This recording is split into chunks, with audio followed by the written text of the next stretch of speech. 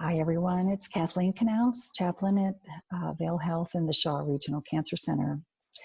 Today, I wanted to offer you an excerpt from a book called, by the way, 100 Reflections on the Spiritual Path.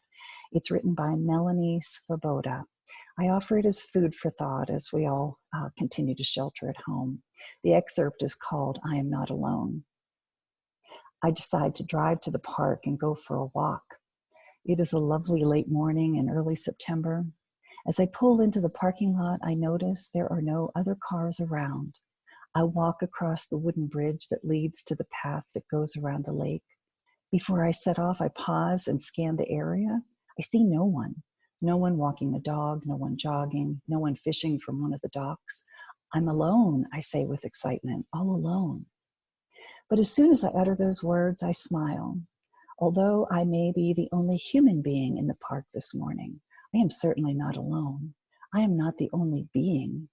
There are countless other living beings with me in the park.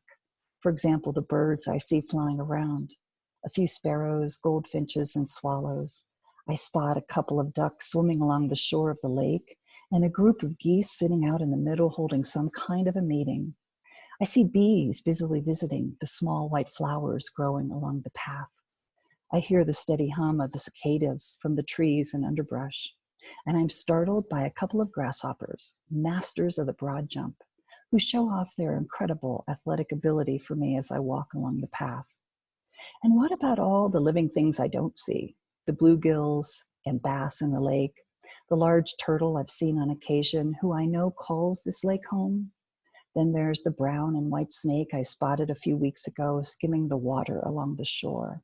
And don't forget the elusive deer, the squirrels, rabbits, and raccoons, and the bats that are probably hanging upside down, asleep in the bat house that the park rangers erected for them. And how could I forget all the worms, beetles, snails, slugs, and other small creatures hiding in the grass or burrowing beneath the ground? And let's not forget the flora, the bushes of all kinds and the trees, the willows, oaks, dogwoods, and maples with their leaves already turning orange and brown. No, I am not alone. There are thousands of other living things here with me today in this park. And why should I limit companionship to only living things? What about all the so-called inanimate things that are with me as I walk?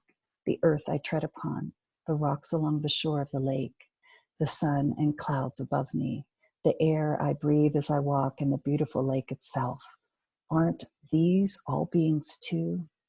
My realization today as I walk alone in the park is I am not alone, ever.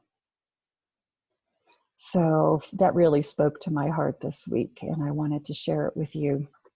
I know it's so hard for all of us. We are not by human nature meant to be isolated one from the other, but perhaps this can provide you some comfort.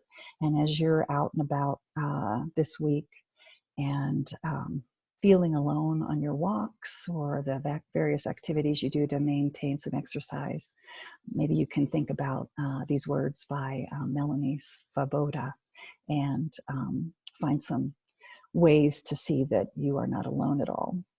So that's what I have to offer you this week, along with my blessing, as always. May you never forget that you are whole and loved beyond being. May you always know that we chaplains are here for you. May all your needs be met. And if there are things we can do to support you, by all means, please reach out.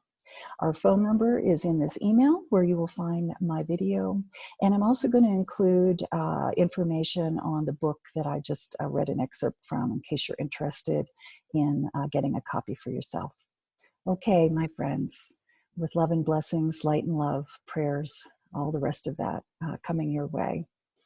Be well. Bye for now.